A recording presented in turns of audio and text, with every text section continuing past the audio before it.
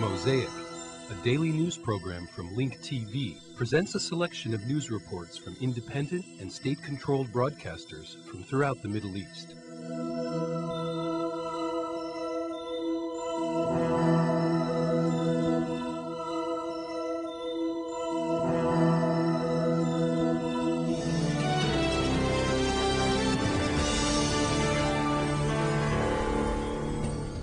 مشاهدينا الكرام السلام عليكم ورحمة الله وبركاته. Peace be upon you. The Australian television channel SBS broadcast new photos that were never published before showing prisoners in Abu Ghraib prison in Iraq who were subject to mistreatment by American soldiers. The pictures show how American soldiers tortured Iraqi prisoners in Abu Ghraib prison in 2004. For moral reasons, we cannot broadcast all of these photos that were shown on Australian TV. Among them were pictures showing mutilated bodies as a result of torture. The prisoners are pictured naked, showing the worst possible effects of the torture. The Australian television says that these photos reveal that there were more wide-scale violations taking place in the prison, including killings, torture, and new sexual humiliations. بأن هذه الصور تكشف عن انتشار أكبر للانتهاكات في السجن، بما في ذلك عمليات قتل وتعذيب وإذلال جنسي جديدة.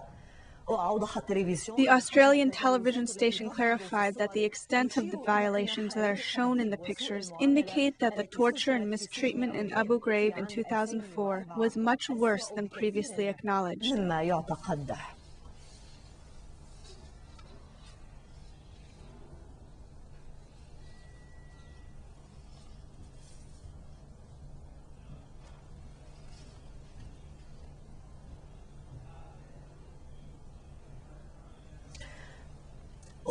The effects of these pictures have provoked public condemnation and anger in Iraq over the violations that touch the bodies and dignity of the Iraqi people. I am very angry. Although they came as an occupying force, they came on the pretext of removing the nightmare and oppression of 35 years that have scarred the Iraqi people. If they are supposed to be liberating other countries, they should not be committing these abuses inside of Iraq. The Americans say they support democracy, freedom, and human rights, so I'm surprised that these same abuses have reoccurred. From what I know, Americans supposedly provide well-kept jails and treat their prisoners well. According to what we see and hear, in their country they treat prisoners well, but in our country they humiliate our prisoners.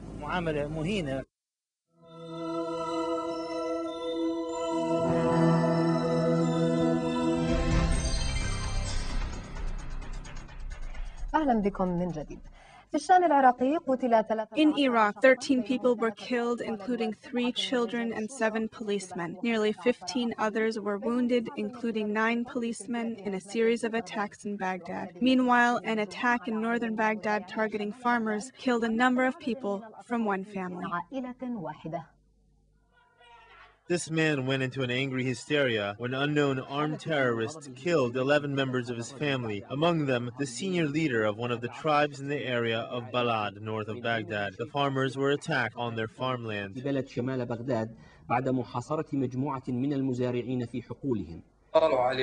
They surrounded us in the fields. They said to stop, and we stopped. Then they opened fire on us. It was raining and people started to run. You mean you were attacked on your fields?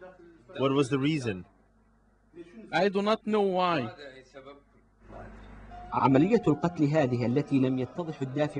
This act of killing, whose cause is unknown, made the residents of this area both angry and sad. However, sectarian violence has remained a familiar scene during this conflict in the past months. Even the children were not spared from the violence. 3 children were killed and many others were injured by an explosive device near an elementary school in a poor area in the center of Baghdad. Meanwhile, the policemen continue to be the main targets of terrorist attacks. Baghdad witnessed 2 car bomb explosions. The first killed 4 policemen and wounded 4 civilians in an attack targeting a police patrol in northern Baghdad.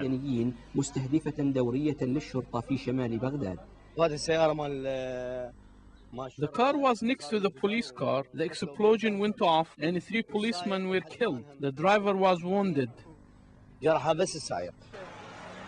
One civilian was killed and 4 policemen were injured in a booby-trapped car near a police patrol in central Baghdad. In a similar incident, unknown armed assailants killed a police chief and his driver when they fired shots at them in southern Baghdad.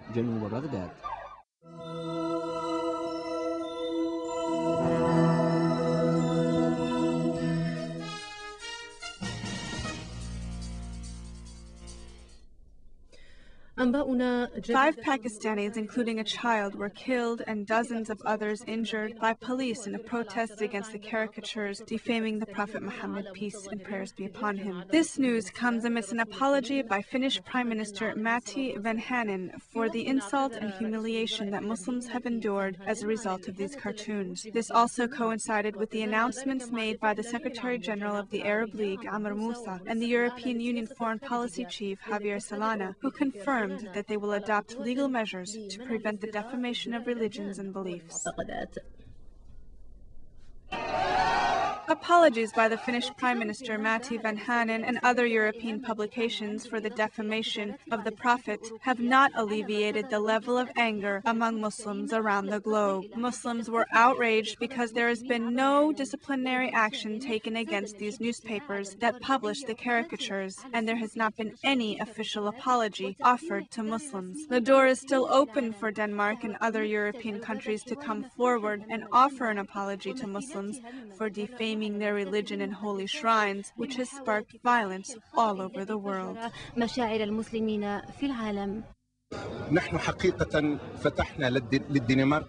We have opened the door to Denmark to come forward and negotiate with us. By leaving the door wide open, we anticipated that the Danish government would take the right course of action and correct this mistake, whether it was malicious or just an oversight. فهي لم تصحح وإن كان عن غير قصد فلم تبادر. Amr Moussa, the Secretary General of the Arab League, reached an agreement with Mr. Javier Solana, the European Union Foreign Policy Chief, on a number of measures to prevent the defamation of religions and beliefs. Such negligent and irresponsible actions against religious beliefs contribute to division and lack of confidence among nations. No one can prevent this outrage and anger against the defamation of this religion. Islamic and Arab states have sent a clear message to the world. We held a series of meetings to draft legal measures that will prevent the reoccurrence of similar incidents. وبينما تتواصل الجهود لاحتواء الأزمة والتخفيف. While efforts are underway to contain the crisis and curb Muslims' anger, hundreds of Muslims took to the streets of the Philippine capital of Manila, protesting the cartoons that have defamed the Prophet Muhammad. Demonstrators burnt the Danish flag and condemned the Danish government for its silence toward the cartoon crisis. Meanwhile, protesters in various Pakistani cities continue to demonstrate for the third consecutive day. In the past 2 days, demonstrations have changed into confrontations between protesters and the Pakistani security forces.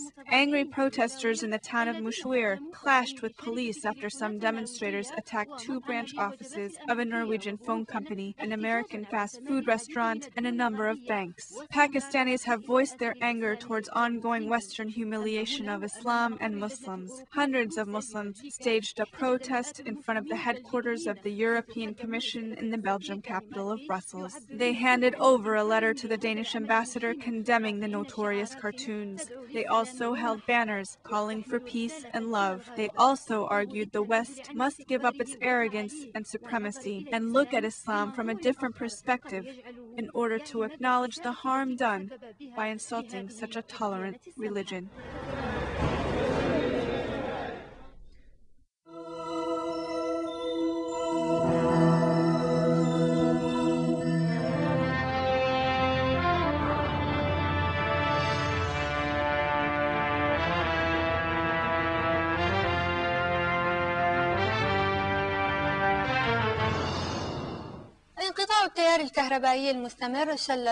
The ongoing power outage in Kirkuk has paralyzed daily life there, which has compelled local residents to buy power generators. Meanwhile, merchants have sustained major losses due to the power failure. According to energy and electricity officials, the reason behind the interruption in power is due to poor services provided by the National Network Facility and its inability to accommodate high demand.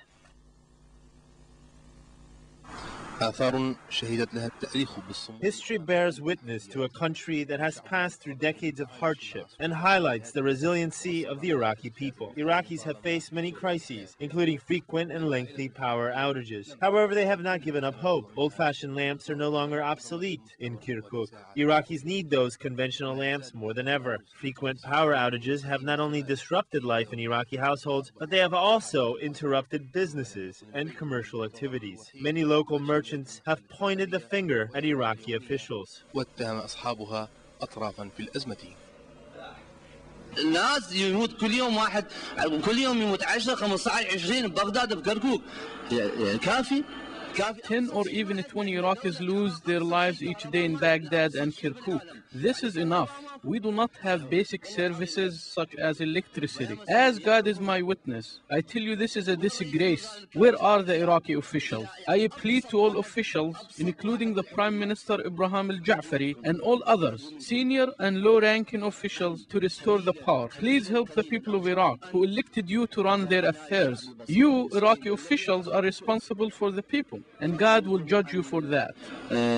هذا الشعب أمانة عليكم فسوف يحاسبكم الله على هذه الأمانة. Local residents have become preoccupied with how to acquire generators under all circumstances. There are frequent power outages and hourly rollovers, which have furnaces to run appliances such as refrigerators. Students need electricity to study and do homework. Therefore, many local residents have turned to buying generators to run electrical equipment in their residences. These episodes of power outages have hurt many people and caused major losses.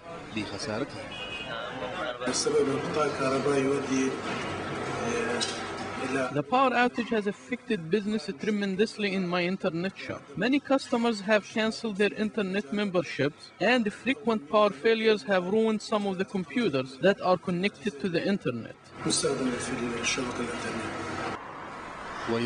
Many Iraqis have blamed concerned government officials for the power outage. It is very difficult to enforce the law in Iraq, a country that has gone through decades of hardships. Iraqi officials have become powerless, standing between Iraq and a hard place. The random and irresponsible use of electricity has also contributed to these episodes of power outages.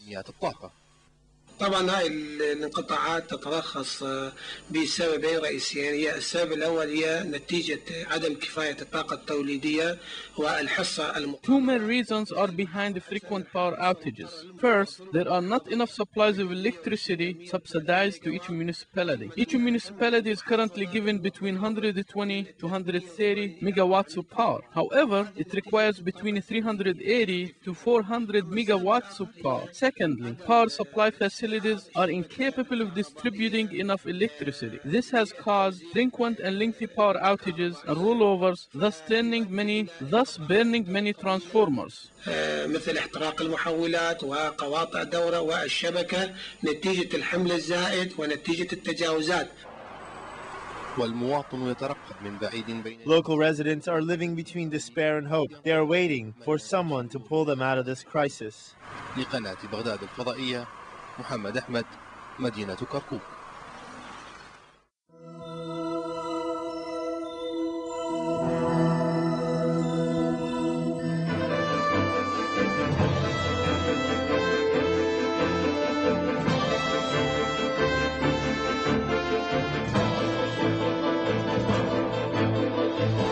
A Palestinian man was shot and killed today during an army search for wanted men in Kabatia near the West Bank city of Jenin. Palestinian officials say the victim was a mentally handicapped 19-year-old who was carrying a toy gun. The army says soldiers from the elite Maglan unit were seeking out wanted men when Palestinian rioters began throwing stones. The soldiers opened fire when they saw what they thought was an armed man among the crowd. Following the incident, clashes continued between the soldiers and rock-throwing protesters. Hamas faces an historic choice on whether to give up violence and recognize Israel or continue to be isolated. This according to French Prime Minister Dominique de Villepin, who is visiting Moscow ahead of talks between Russian leaders and Hamas officials at the end of this month at the Kremlin. The French Prime Minister said that Hamas should recognize its responsibilities and the opportunity that is being offered. Russian leaders say they will press Hamas to abandon violence and recognize Israel's right to exist.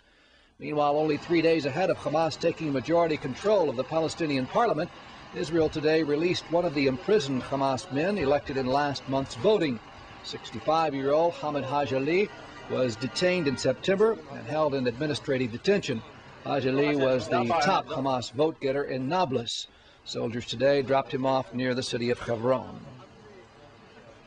Israel is facing two main problems. The first, a Palestinian Authority government led by the Hamas terror organization. The second, a hostile Iranian regime seeking to develop nuclear weapons. That's the view of acting Prime Minister Ehud Olmert, who addressed representatives of the Conference of Presidents of major American Jewish organizations. Olmert told delegates that the peace process cannot move forward unless Hamas is willing to change. Palestinian government under the leadership of Mahmoud Abbas, whom we respect and support as the elected leader of the Palestinian people, will now have to make a serious choice about their priorities. Do they want to become part of a terrorist organization, or do they want, even at this late stage, to take serious actions in order to once and for all disarm the terrorist organizations and force them to recognize the agreement signed with the State of Israel and change their covenant so that they will understand that there can be only one basis for a future process between us and them. And this is the basis of mutual recognition, of non-violence, and of the recognition of the right of Israel to exist as a Jewish state in peace and security in our homeland. And I here, on behalf of the government of Israel, pledge to you that we will not negotiate and we will not deal with a Palestinian Authority that will be dominated, wholly or partly, by a terrorist organization. On the day that the chairman of the Palestinian Authority, Abu Mazen, will appoint a candidate from the Hamas to lead the Palestinian government, we will review all of our contacts with the Palestinian Authority. Because once the government is dominated by a majority of Hamas people, it ceases to be the authority which it was, becomes something entirely different, something that Israel is not ready to compromise with, nor is it ready to acquiesce with. We are also looking with great concern and watching with natural curiosity at this new phenomenon of an Iranian leader who seems to be obsessed with anti-Semitic hatred to the Jewish people and the State of Israel, as is the new president of Iran, Ahmadinejad. No one can ignore the fact that this is the same leader of the same country which at the same time, while he's talking about the liquidation of the State of Israel, he's also fighting against the whole world almost in order to possess non-conventional capabilities that are aimed against the State of Israel. I'm afraid not only against the State of Israel, but we have a good reason to think that Israel can be a priority target,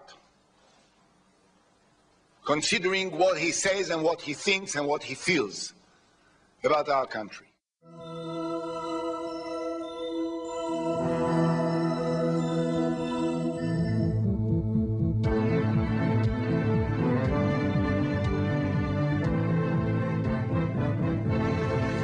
Iranian President Mahmoud Ahmadinejad on Wednesday visited Natanz nuclear facility, central Iran, to get an account of the locally born headway made by Iranian scientists in nuclear technology.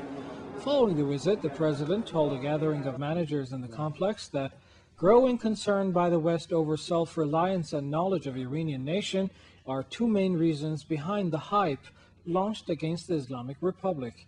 He further noted that the massive public turnout in the February 11th rallies to mark the 27th anniversary of the victory of the Islamic Revolution demonstrated to the world that the nation will use all its expertise to achieve cutting-edge technologies. Iran and Venezuela sealed a joint cooperation statement in Caracas on Wednesday. The statement was signed by visiting Iranian Parliament Speaker Ghulam Ali Haddad Adel and his Venezuelan counterpart Nicolas Maduro.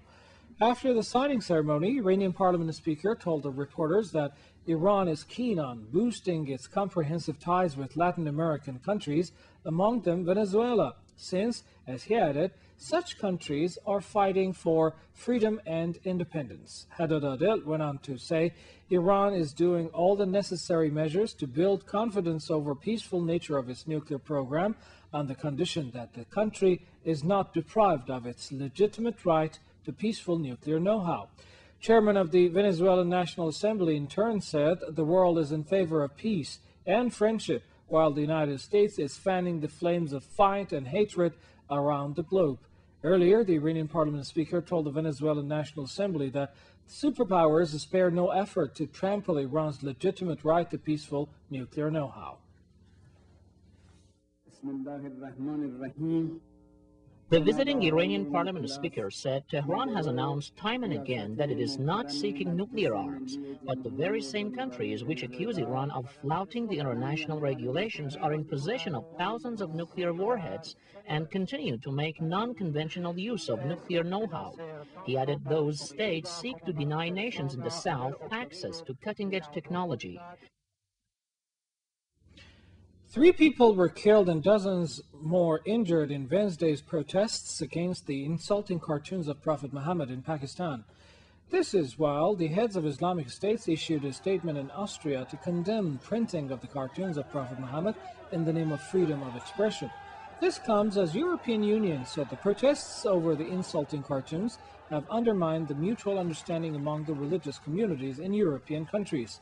In the meantime, former Danish Prime Minister Poul Nyrup Rasmussen, in an interview with BBC, noted that printing the cartoons of the Prophet Muhammad was an illogical measure which had nothing to do with the freedom of expression.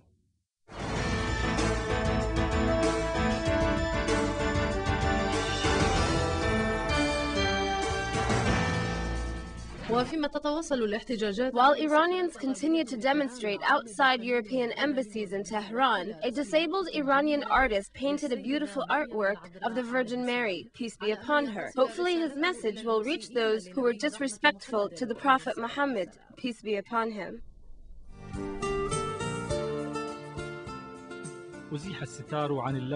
The cartoon was removed from the painting so her majestic beauty could be seen. She's the Virgin Mary, peace be upon her, the symbol of purity and beauty throughout history. This unique artwork wasn't painted by the hands of a skillful artist. Rather, it was painted by an Iranian artist who held the paintbrush with his teeth to express his feelings toward the mother of Jesus, peace be upon him.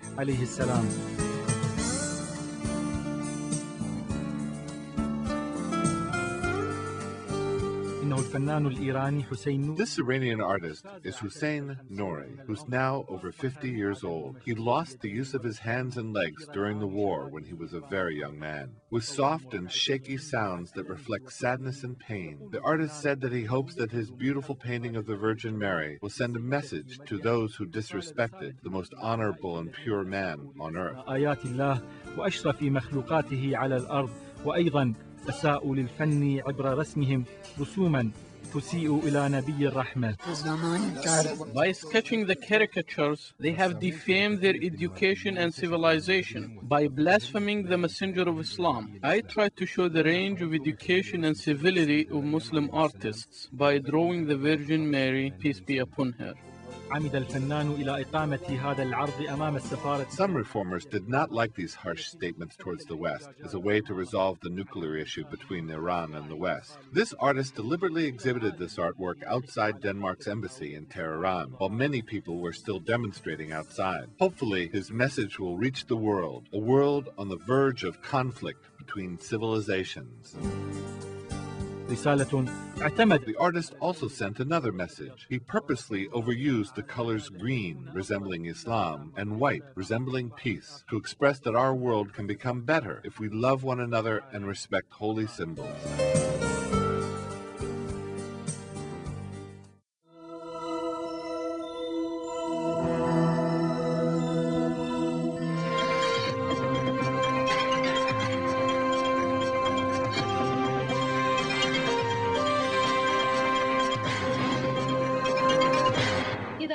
On February 8, 1958, the French colonial air force launched an attack against the Tunisian city of Sakia Sidi Youssef. The purpose of this offensive operation was to derail the historic relations between Algeria and Tunisia and to strike the strongholds of the Algerian Revolution. To reflect on these incidents and to highlight the unity between the two nations, Algeria and Tunisia held joint festivities and military maneuvers. The Algerian Popular National Army and the Tunisian Armed Forces took part in these activities. They have performed joint air deployment operations. This show of solidarity proves that the two nations are united by honor and share the same fate. The Algerian Liberation Army has intensified its attacks against the French occupation, and it has escalated military operations against the French eastern bases along the Tunisian-Algerian border. The French military forces retaliated by targeting unarmed civilians in the Tunisian city of Sakiat, Sidi Youssef.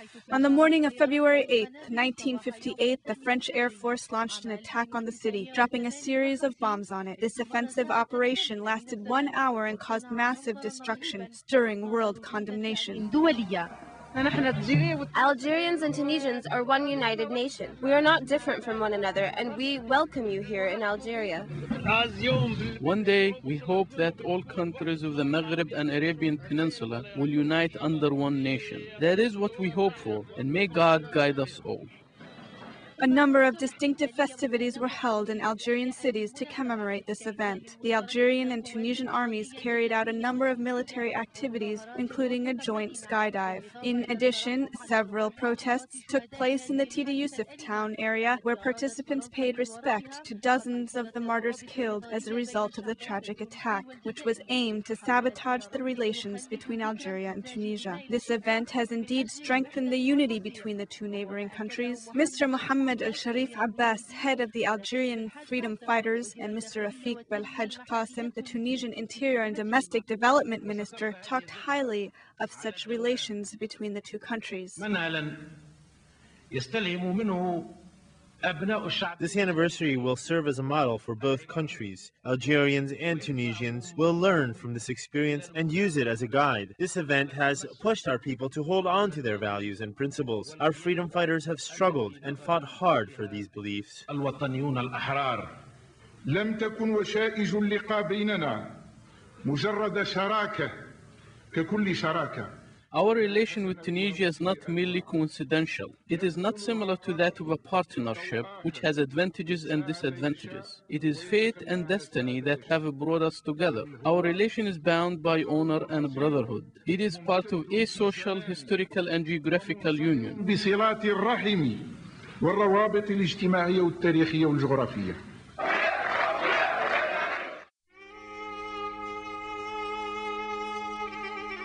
The views expressed on Mosaic are not those of Link TV or its sponsors, but of the broadcasters themselves. Mosaic is made possible by a grant from the John S. and James L. Knight Foundation, which promotes journalism excellence worldwide and invests in the vitality of 26 U.S. communities, and the William and Flora Hewlett Foundation. Additional support is provided by the Firedoll Foundation and Henry and Virgilia Dakin.